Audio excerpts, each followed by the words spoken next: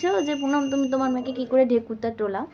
তো চলো আজকে তোমাদেরকে আমি ঢেকুর তোলানো দেখাচ্ছি যে আমি আমার মামামকে কী করে ঢেকুর তোলাই। তো আস্তে করে পিঠে নিয়ে, ঠিক আছে, আস্তে আস্তে করে চাপড় মারবে মিনিমাম 5 থেকে 10 মিনিট, ঠিক আছে। এভাবে কি চাপড় মারলেই কিন্তু ওরা ঢেকুর তুলে দেবে। এভাবে করে আস্তে আস্তে করে কিন্তু দেবে। তারপর এই পদ্ধতিতে যদি না হয়, এই পদ্ধতি একদমই ইজি, তাহলে তোমরা এইভাবে বসাবে, বসিয়ে মাথাটা ধরে, যারা একদম নিউবর্ন বেবি, আস্তে আস্তে করে বসিয়ে সামনের দিকটা ঝুঁকিয়ে চাপড়টা দেবে, ওরা কিন্তু ঢেকুরটা